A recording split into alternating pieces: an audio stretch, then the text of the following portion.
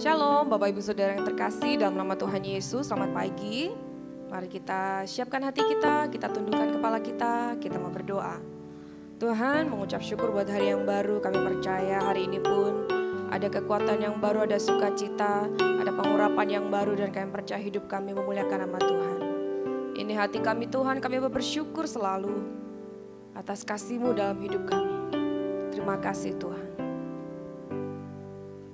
Bersyukur selalu bagi kasih-Mu di dalam hidupku,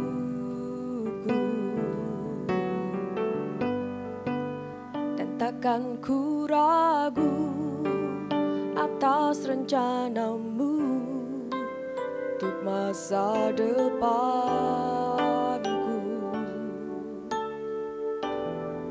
Sebagai Bapa yang baik, takkan pernah Kau melupakanku. Sebagai Bapa yang sangat baik, takkan pernah Kau meninggalkanku. Ku kan menari dan bersuka karena-Mu, oh Yesusku, dan ku kan minum air-Mu bagai rusa rindu. Selalu ku hidup dalam-Mu dan hidup-Mu di dalamku, oh Yesusku, Kau sangat ku cinta. Ini kami Tuhan, bersyukur selalu. Bersyukur selalu bagi kasih-Mu di dalam hidupku,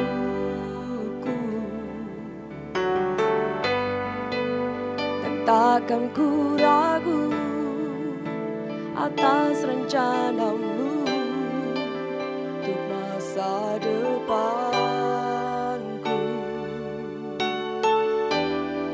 Sebagai Bapa yang baik,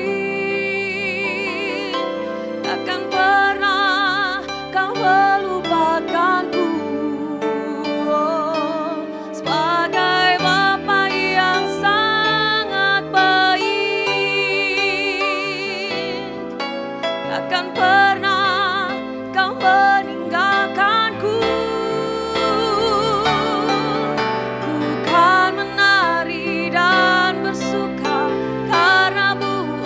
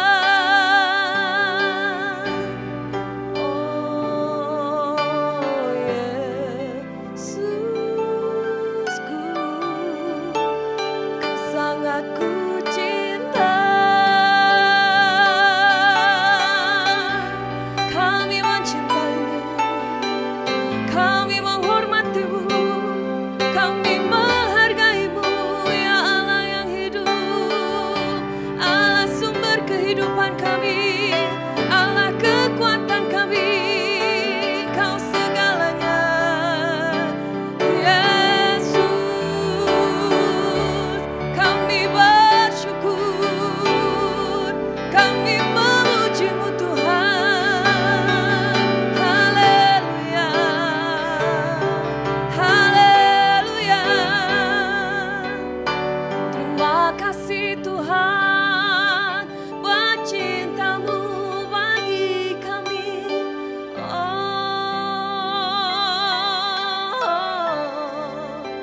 Kau sangat ku cinta.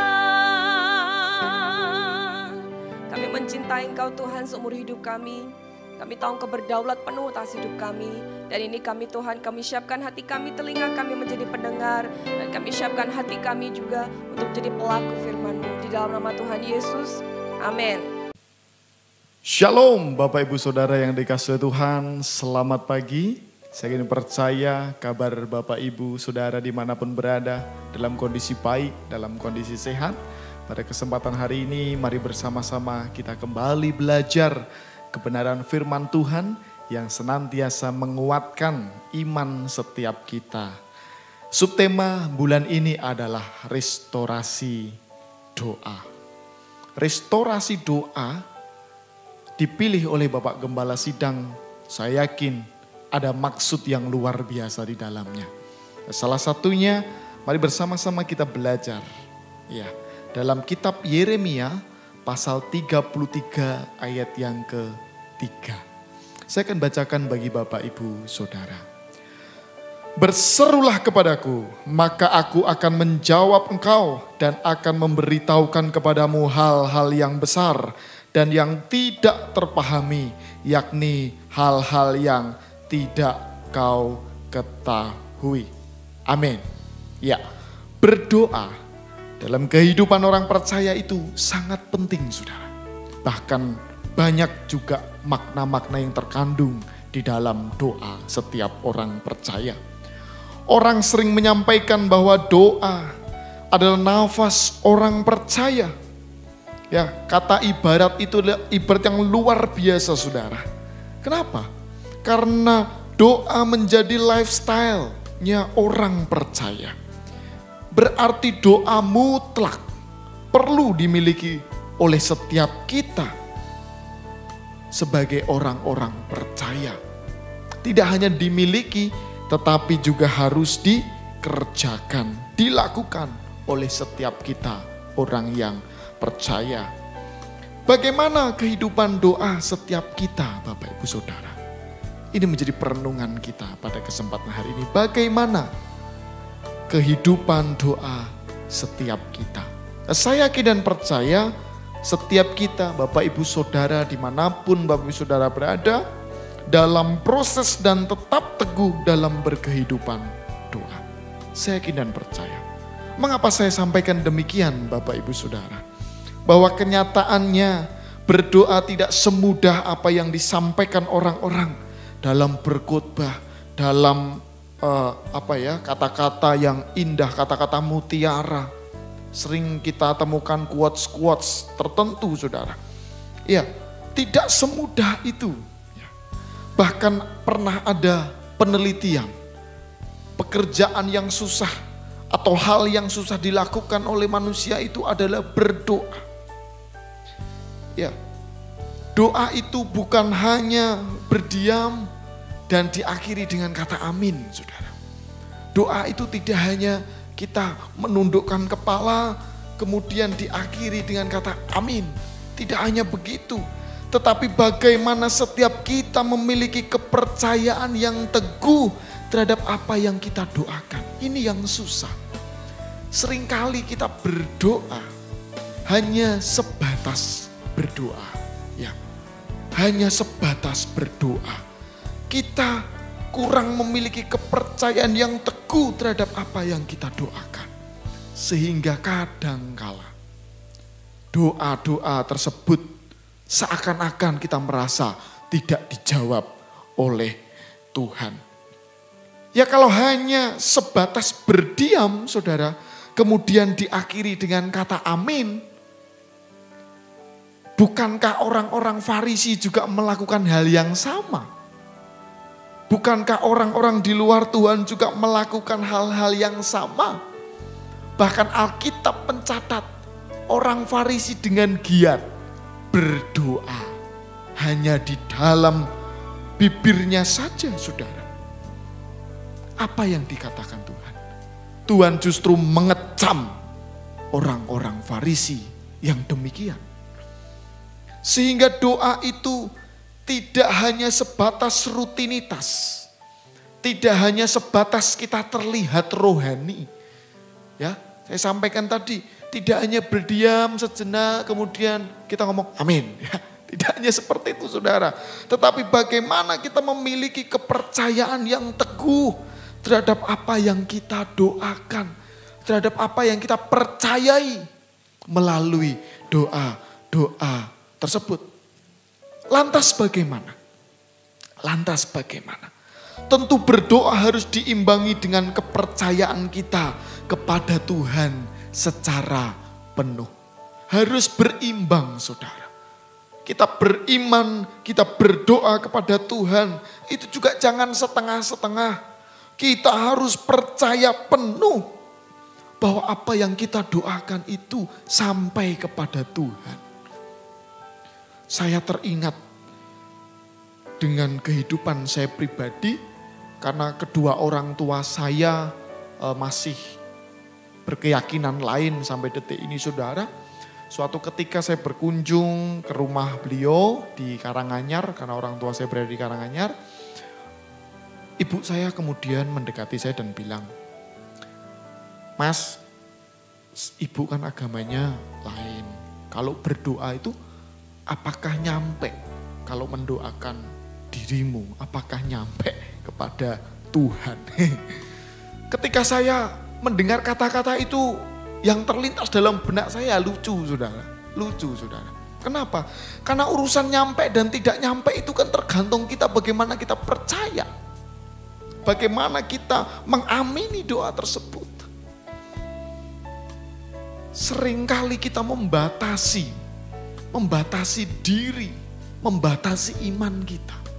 Sehingga doa-doa yang kita sampaikan kepada Tuhan, ucapan-ucapan syukur yang kita sampaikan kepada Tuhan, itu tidak sepenuhnya berasal dari hati kita. Berasal dari dalam diri kita. Tetapi karena hanya rutinitas saja, saudara. Ya, apa yang kita doakan itu seyogyanya menjadi kekuatan dan menjadi bentuk komunikasi dua arah kepada Tuhan. Di awal tadi saya sampaikan beberapa hamba Tuhan yang berkhotbah di doa pagi mengenai doa juga menyampaikan bahwa doa adalah nafas hidup orang percaya. Berarti itu sebuah komunikasi yang selalu intens kepada Tuhan. Sebuah kebutuhan pokok yang setiap hari kita harus kerjakan. Namanya saja pokok, saudara. Kita harus selalu mengerjakan itu. Nah, ketika kita melakukan doa dengan gaya seperti demikian, kita seperti dekat sekali dengan Tuhan, itu dapat meningkatkan iman, bahkan meningkatkan imun, saudara. Tidak hanya sebatas rohani, tetapi jasmani kita juga akan terangkat. Roh kita kuat, jasmani kita juga kuat. Sehingga kita tahan banting, saudara. Kita memiliki gairah dan semangat yang tentu itu sumbernya daripada Tuhan yang maha sumber. Doa itu seperti investasi, saudara. Seperti investasi kita kepada Tuhan. Bahwa doa-doa itu menjadi kekuatan bagi setiap kita. Ada transfer spirit, transfer semangat yang luar biasa. Yang sumbernya daripada Tuhan. Maka kemudian muncul istilah doa rutinitas. Ya. Doa-doa yang dikerjakan hanya untuk rutinitas saja. Seringkali kita mendengar hamba Tuhan banyak menyampaikan, jangan kita berdoa hanya dengan rutinitas, hanya dengan kebiasaan saja. Ya, tentu ini kebiasaan yang baik, Tetapi Tuhan mengharapkan lebih dari itu, yaitu kita memiliki doa yang full power, yang memiliki kepercayaan yang penuh kepada Tuhan. Doa rutinitas itu kan justru sebaliknya, saudara. Ya kita hanya berdoa saja, sederhana, berdoa yang ya ala kadarnya seperti biasa. Kita tidak memiliki iman yang penuh, rugi bagi setiap kita. Sangat rugi bagi setiap kita. Maka sejatinya berdoa itu sebenarnya susah. Berdoa itu sebenarnya susah, tetapi bagi orang yang jarang berdoa. Kalau orang yang sering berdoa, berdoa itu menjadi sesuatu yang gampang, saudara. Saya ibaratkan bahwa berdoa itu seperti berkomunikasi dengan orang. Nah, kalau saudara jarang berkomunikasi dengan orang, ketika kita bertemu dengan orang yang baru, saudara dituntut untuk berkomunikasi. Pasti susah, saudara. Bahasa Jermannya plegak plegu, saudara. Ya itulah yang terjadi ketika kita juga jarang berkomunikasi dengan Tuhan. Kita susah. Bahkan ada rasa malas yang tinggi untuk kita berdoa kepada Tuhan.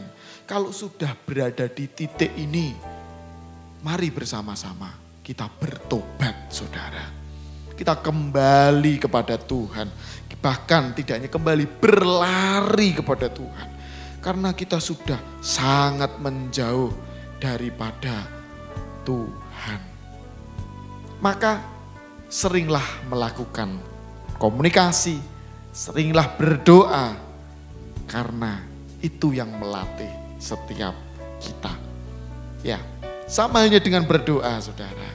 Ketika kita sering berkomunikasi dengan Tuhan lewat berdoa, kita akan cepat connect.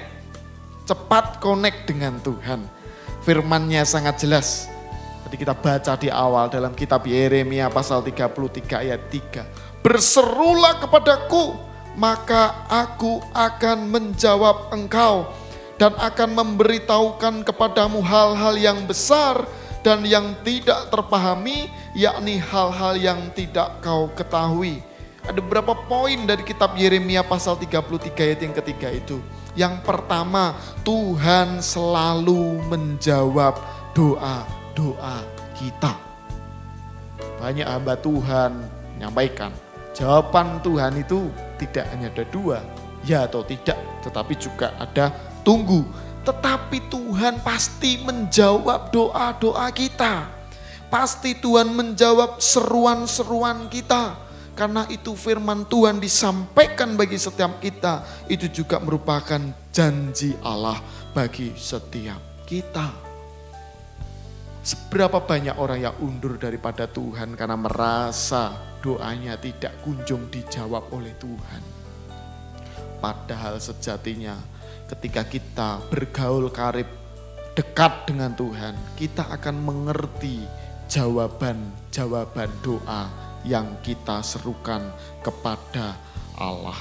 Yang kedua, Tuhan akan memberitahukan kepada kita hal-hal yang besar dan yang tidak terpahami, yakni hal-hal yang tidak kau ketahui.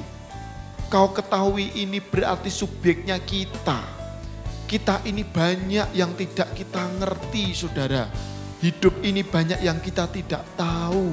Dan Tuhan siap menuntun kita. Tuhan siap memberitahu kita hal-hal yang besar, hal-hal yang tidak terpahami. Kuncinya apa? Sering-seringlah berdoa. Sering-seringlah berkomunikasi dengan Tuhan. Berseru kepada Dia. Dia akan menolong setiap kita. Dia akan memberitahukan kepada setiap kita jalan-jalannya yang luar biasa. Jadi Tuhan itu fast respon, saudara. Tuhan itu fast respon. Ya. Kita berdoa, Tuhan juga segera menjawab. kalau kita connect kepada Tuhan, kita akan paham apa yang dimaksud dengan jawaban-jawaban Tuhan. Dengan demikian sangat penting untuk kita memiliki kehidupan dalam berdoa. Restorasi doa ini menjadi pengingat bagi setiap kita, bahwa kita harus senantiasa teguh berproses di dalam doa-doa kita. Jangan terlena saudara, jangan terlena. Setiap hari kita harus berdoa kepada Tuhan. Memberikan ucapan syukur yang terbaik kepada Tuhan. Dan saya yakin percaya Tuhan menuntun setiap kita. Mari kita mulai berdoa dengan penuh keyakinan, penuh kepercayaan kepada Allah dan fokus kepada Tuhan. Bukan kepada apa yang didoakan, bukan juga fokus kepada diri sendiri, tetapi fokus kepada Tuhan. Saya teringat lagu Pastor Williar Kauntu dan Pastor Niko itu yang satu baitnya berkata seperti ini. Sempat membuatku terpesona, apa yang tak pernah kupikirkan, itu yang kau sediakan bagiku.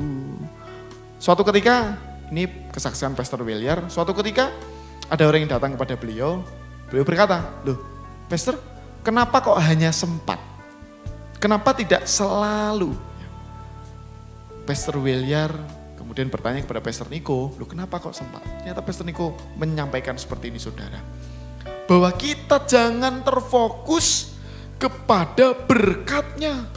Kita jangan hanya fokus kepada apa yang Tuhan kerjakan, tetapi fokuslah kepada Tuhan yang mengerjakan. Maka lagunya sempat membuatku terpesona. Boleh kita terkagum-kagum, tapi jangan larut dalam kekaguman tersebut. Maka saudara, mari kita perbaiki jam-jam doa kita yang sudah rutin. Tetap semangat, tetap berkarya. Yang belum, mari bersama-sama kita belajar berproses untuk kita berdoa secara rutin kepada Tuhan. Amin. Mari bersama-sama kita berdoa. Kami bersyukur dan berterima kasih ya Allah. Pagi ini kami boleh merasakan kuasa-Mu, anugerah-Mu begitu nyata bagi setiap kami. Kami boleh mendengarkan kebenaran firman Tuhan yang menguatkan setiap kami. Bahwa berdoa sangat penting bagi setiap kami dan kami ingin mengerjakan itu ya Allah. Berikan kekuatan bagi setiap kami, berikan hikmat marifat sehingga kami boleh melakukan kebenaran firman-Mu.